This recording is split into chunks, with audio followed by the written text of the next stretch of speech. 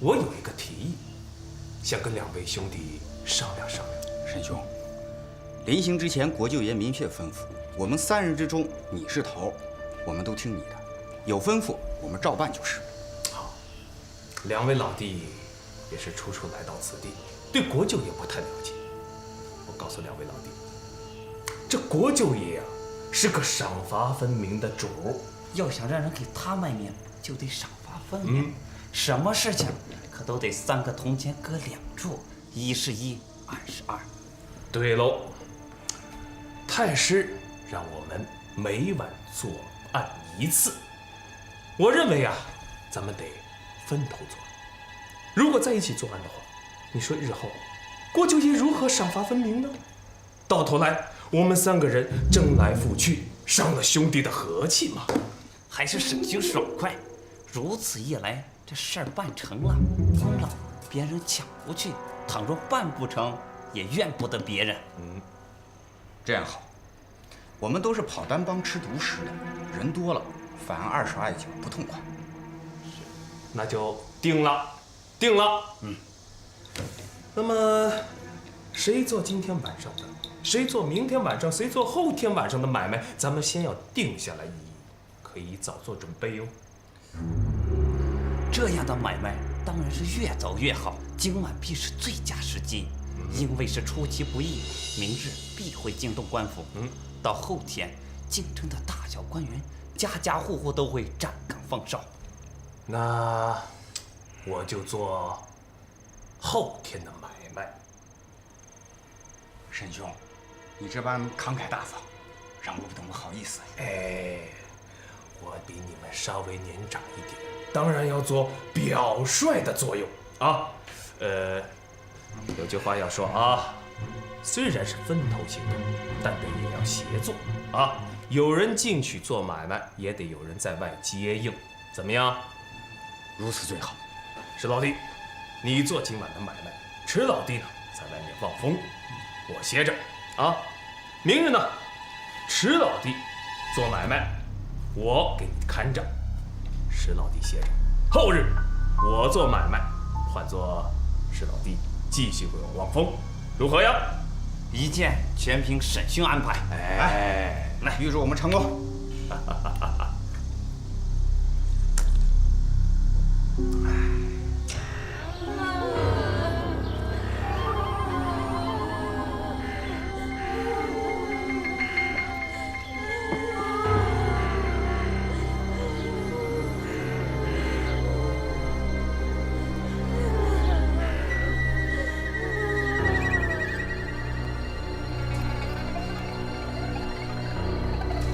你们还有谁见过那个贼人？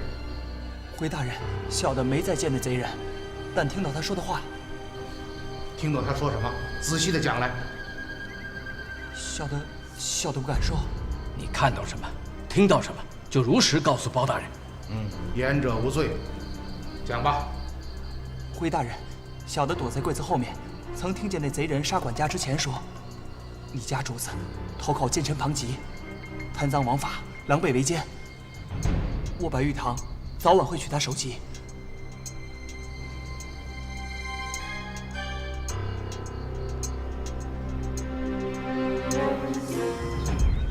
怎么就知道这是白玉堂干的？万岁，是这贼子自己说的呀，他还口吐狂言，说他白玉堂回来就是要杀尽庞贼一党。此次选中的曹都统就是老臣的门生啊。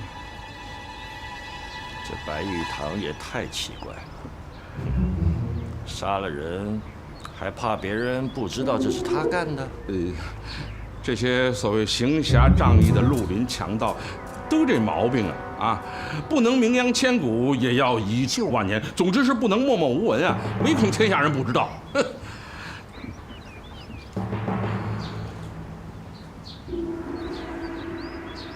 人过留名儿，雁过留声，这是老五一贯的做法。他是不愿意看到让官府随便的冤枉好人。可是五爷为什么单单去曹府杀人呢？这事儿啊，得先弄明白了。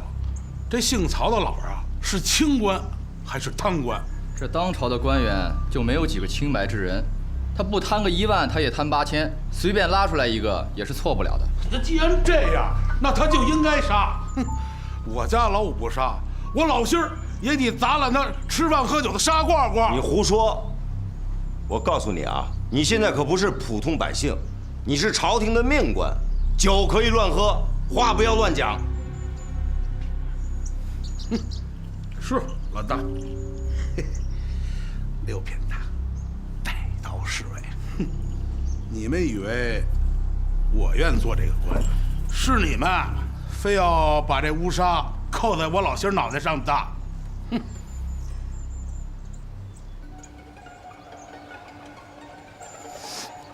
前日你说这个叫白玉堂的已经潜回了陈州，为何昨日又潜入曹都统府杀人越货呢？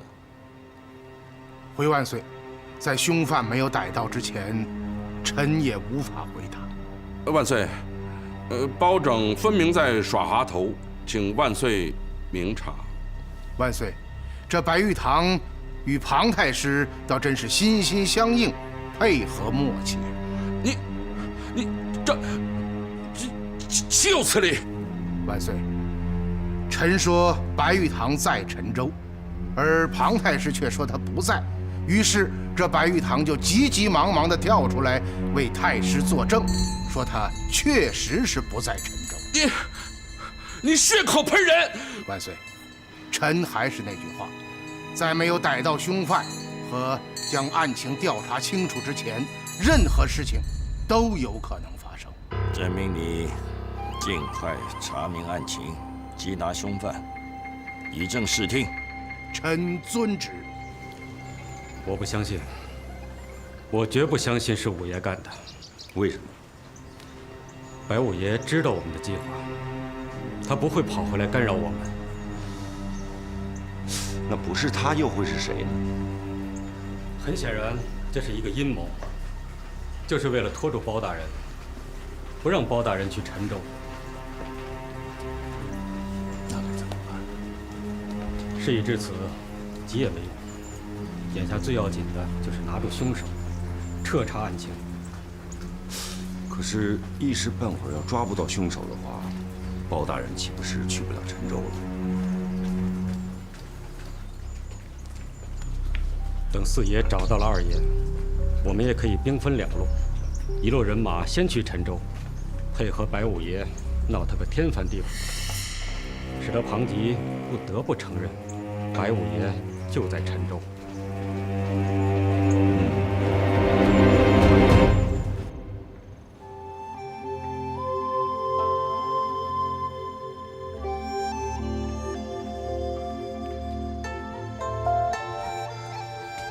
相爷，何事？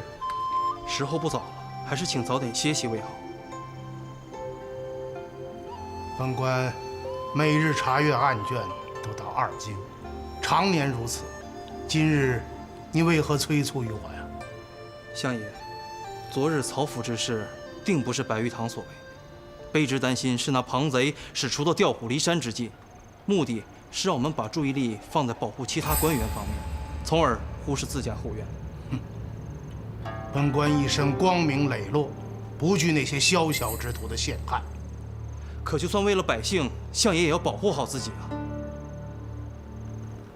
查阅案卷是本官的职责，府衙的安全由你等负责。相爷教训的是，卑职告退。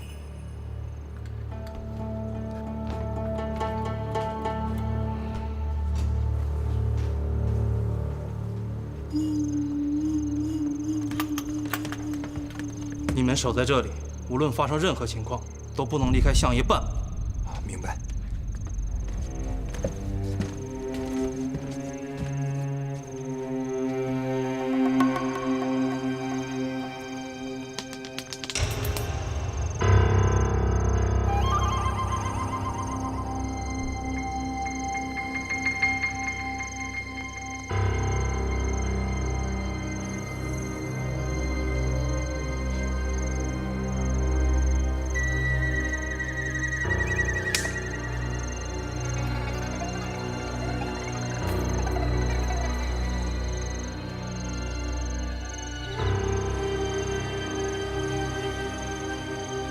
朋友，既然把王朝引到这里，还是现身吧。既来之则安之，咱们还是坦诚相见吧。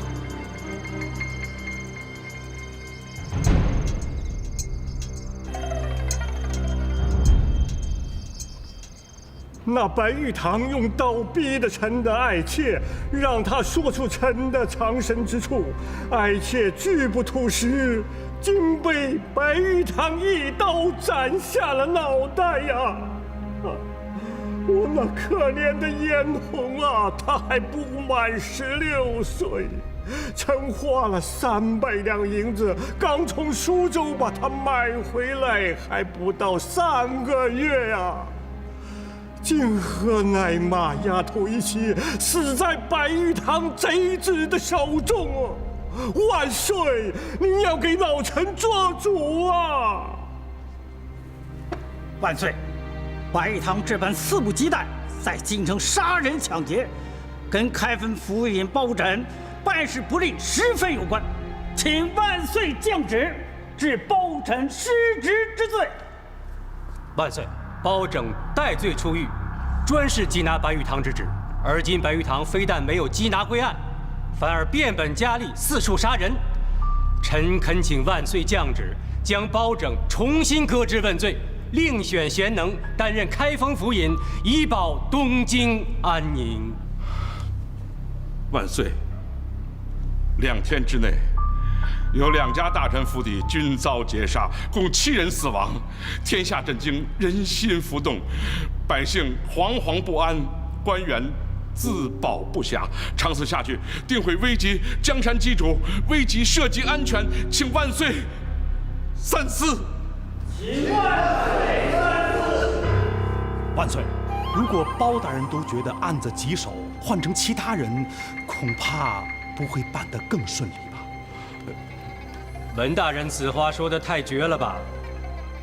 想我堂堂大宋朝，难道就找不出一个能治理东京治安的能贤之力？孙大人，你认为朝中现在有何人能够担当包拯的职务？万岁，万岁若信得过微臣，微臣愿接替包拯入主开封府。不是微臣夸下海口，虽说不能几天之内将白玉堂捉拿归案，但也可将他吓得远离东京汴梁城，从此不敢越雷池一步。好，疾风知劲草，动乱见忠臣呐。朕现在在朝中就需要像你这样，在危难中请命的赤胆忠臣。包拯，臣在。朕再给你3天时间，如还不能将那白玉堂缉拿归案，你就自动把你开封府的府印给孙大人送去。臣遵旨。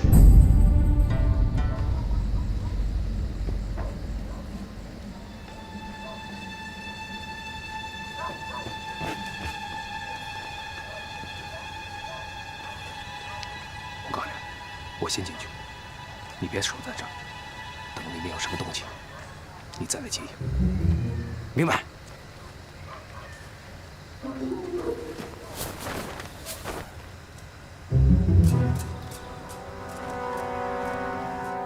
谁？本姑娘奉命前来，捉拿你这贼子。哼，是个母的。爷我这2天寂寞，正想找个小妞玩玩，你倒送上门来了。哼，找死！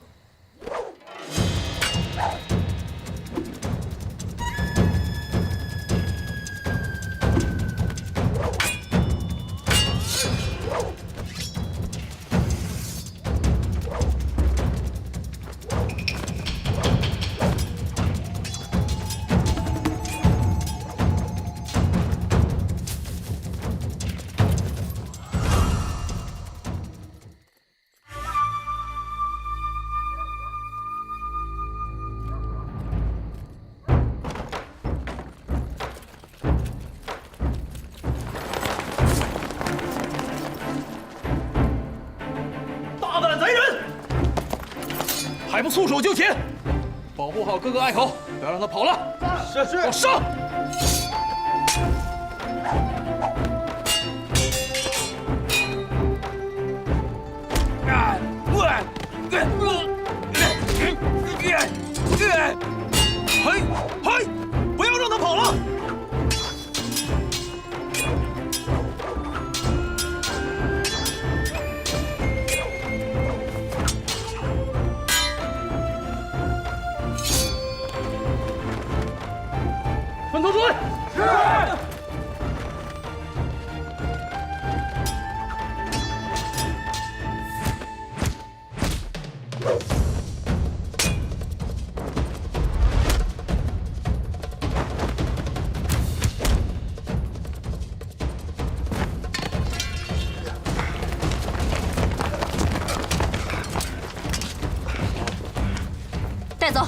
是，走。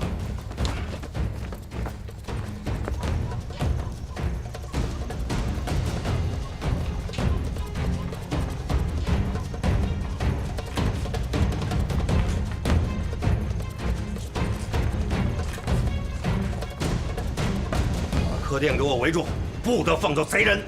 是。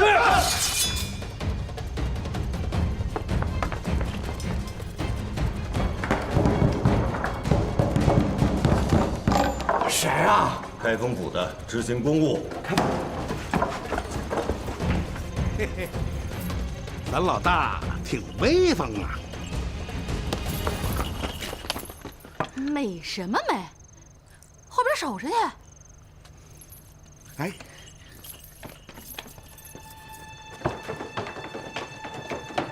你那边。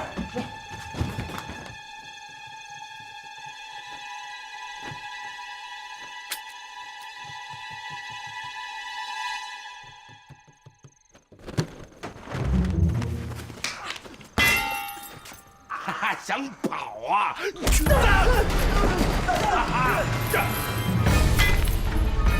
哎！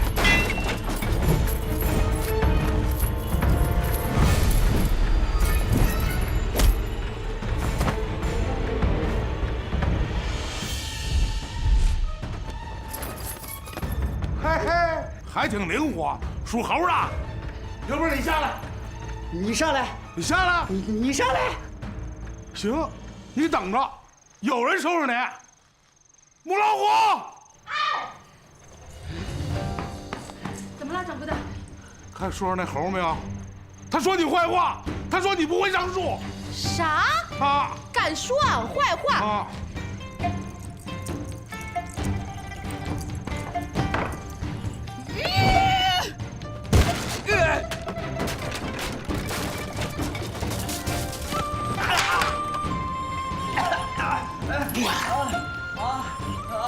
哈哈！哎呀，怎么样，野猴子？失敬失敬啊！这回相信了吧？这老母猪，我说错了，母老虎也能上树啊！哎，下令走眼，知道我是谁吗？要严管呐！啊！兄弟，你跑得也太快了。王成兄弟，辛苦你了。哟，这时辰差不多了，任务完成了，我也得走了。哎，这就留给你了。嗯，好，一路保重。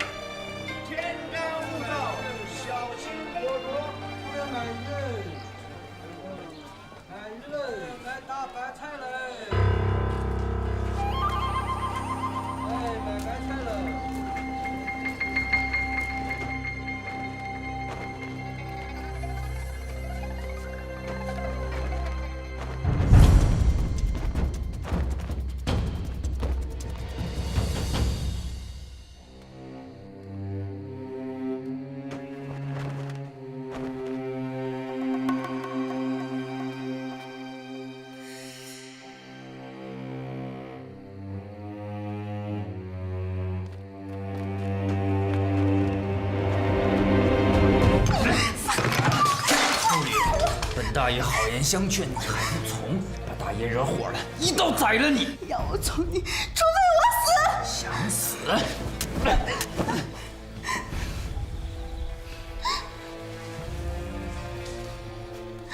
你给我听好了，本大爷就是江湖上大名鼎鼎的南侠，羽毛展昭。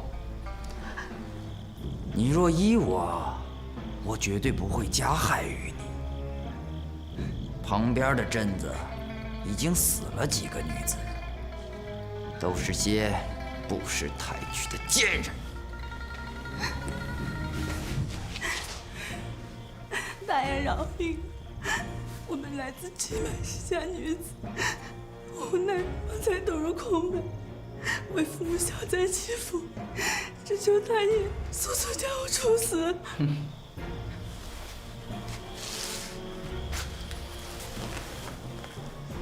想死没那么容易，要死也得等到让大爷好好消受之后，才送你上那西天。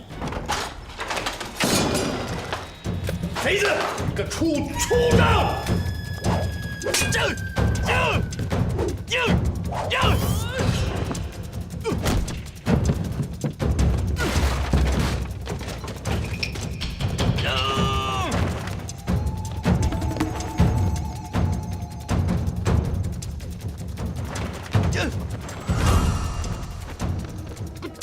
站住！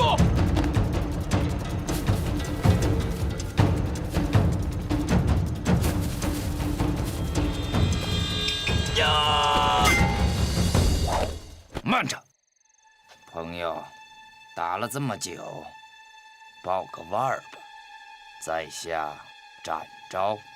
二爷，我叫韩章，今儿晚上来就是要为那些死去的良家妇女报仇雪恨。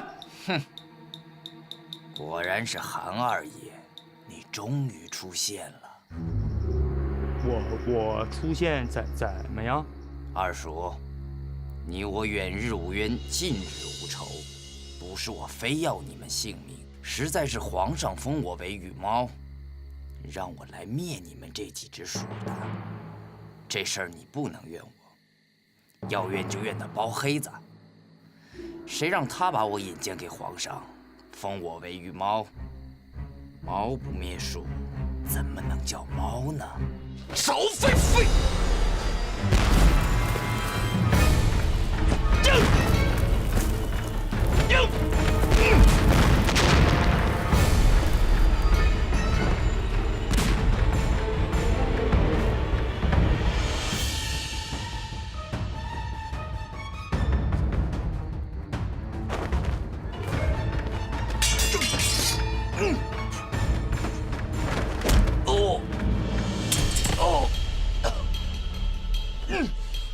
二叔，羽猫面前垂死挣扎有何用？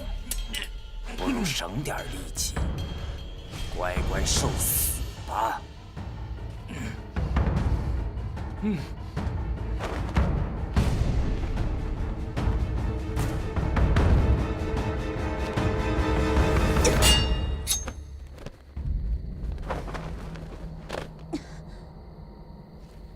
你是何人？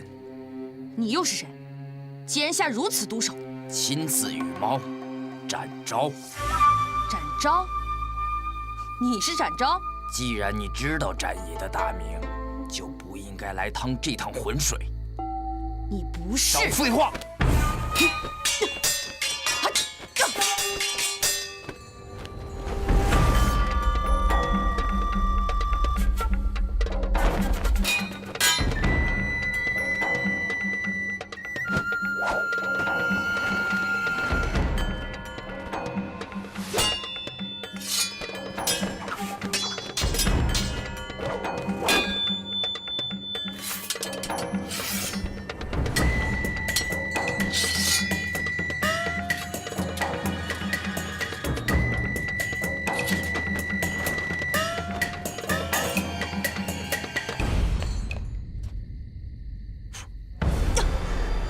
老爷，嗨！嘿，二哥，你怎么了啊？这小子太阴险，快帮月公子呀！嘿，嘿，嘿，嘿，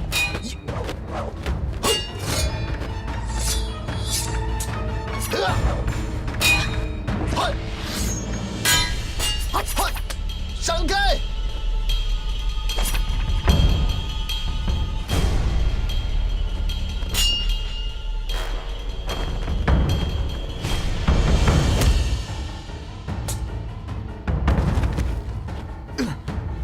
老子不陪你们玩了！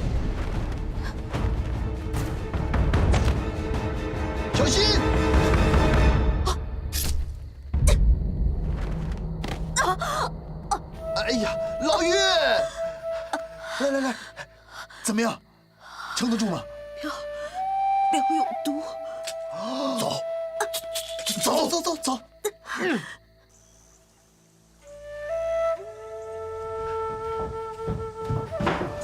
快，放在床上，小心。表叔，表上有毒。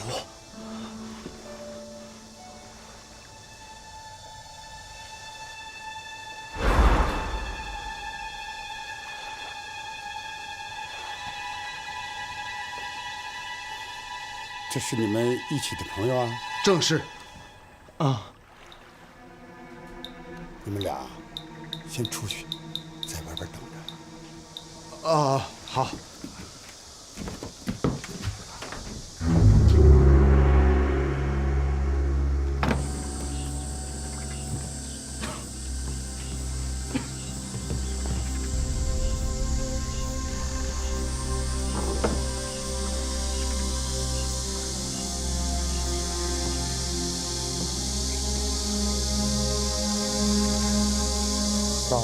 老四啊，这个采花贼的武功咱们不惧，可这用毒是防不胜防。二哥，要不然你也去休息休息啊！万一那个采花贼要杀个回马枪怎么办？我在这儿先坐着抵挡抵挡。你就在那逞能，你一个人能抵挡得了？还是我陪你吧。二哥，这回如果不是老岳突然出现，你我兄弟今日就命丧贼手啊！老四啊，你跟我说句掏心窝子的话，你们是不是来抓我呢？抓你个屁！二哥你怎么想的呀？啊，我和大哥是来请你的。跟你说啊，我们是奉了包大人之命，特意来请二哥你的。请我？对，我也不去。你们投靠官府，我不管，我不想当官。二哥，你听四弟慢慢跟你讲道理啊。好，我久知二哥志向，不愿以官府为伍。你想退出江湖，你想归隐山林，可是庞贼放过你吗？他这不是派杀手都追到这儿来了吗？老四啊，江湖上的事儿，按照江湖的规矩办，不牵扯官府。二哥所言也有道理，你放心，我和大哥已经商量过了，只等庞贼一落网，我们就退出，我们就重归江湖，这样可好？好个屁！你们心里的小算盘我能不知道？你们不就是想让我过去帮你们抓老五吗？好你个韩老二啊！你把蒋平看成什么样的人了？啊，我帮着官府去抓我自家的兄弟。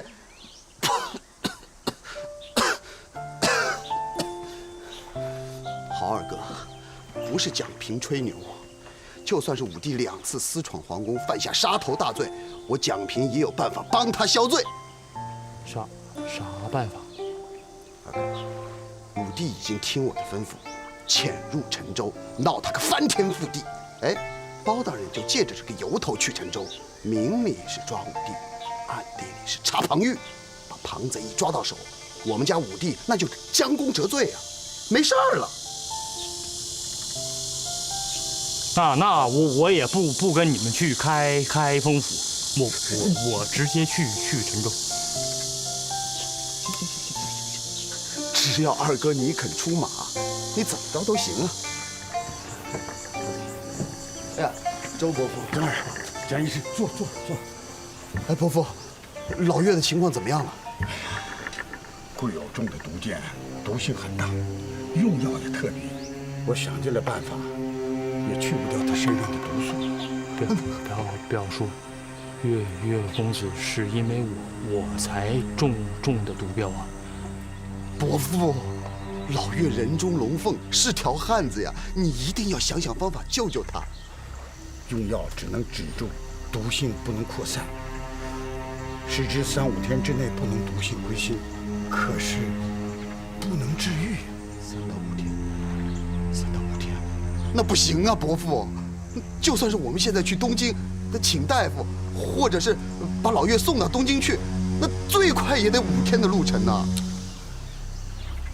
据我的经验呢，使用这种毒的，可能是鹅风谱季家之手。鹅风谱，季强，表叔，找到季强就能拿到解药？这也难说呀，还得看人家给不给。如果不是出自鹅风谱之手呢，必须去。管他给不给的，也要去了才知道。死马当活马医了吧？二哥去哪儿啊？鹅风谱。告辞。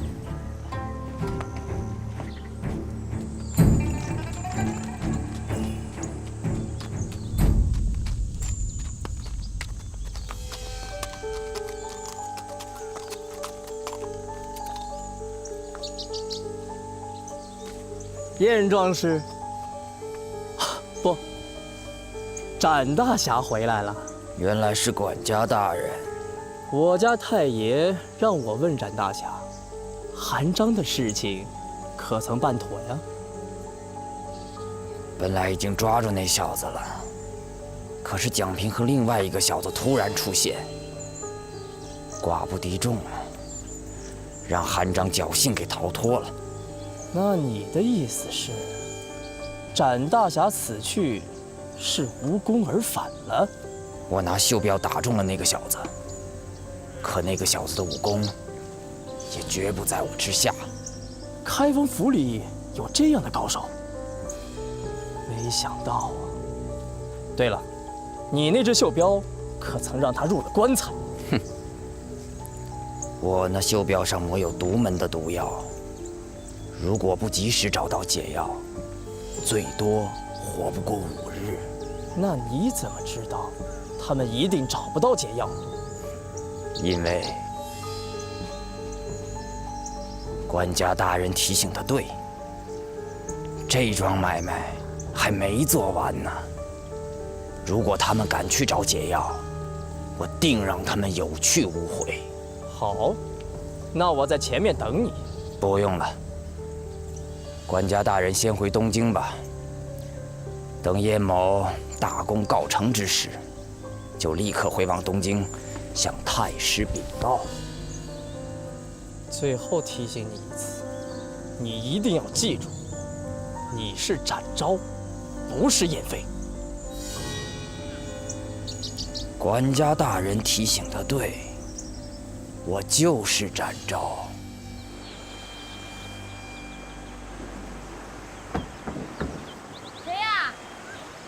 是我啊，等着！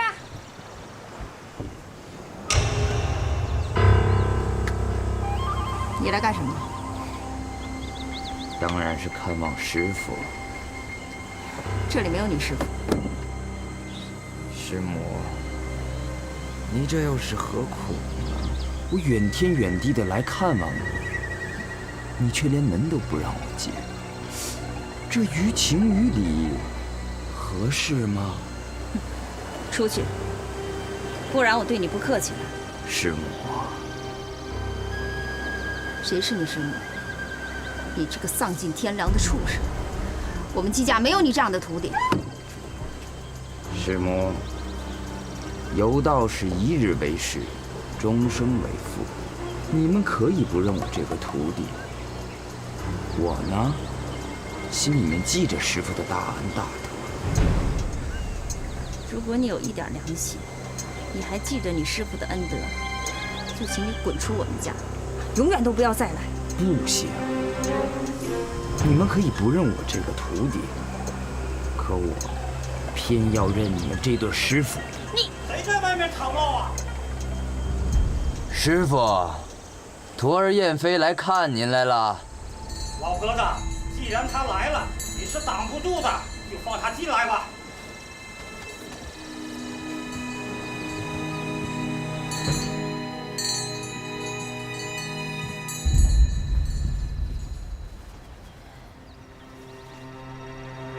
徒弟燕飞，给师傅请安了。坐吧。师傅的身体可好？不好。师傅的眼睛还是看不见吗？哼，要是能看见，你还敢来鹅风堡捣乱？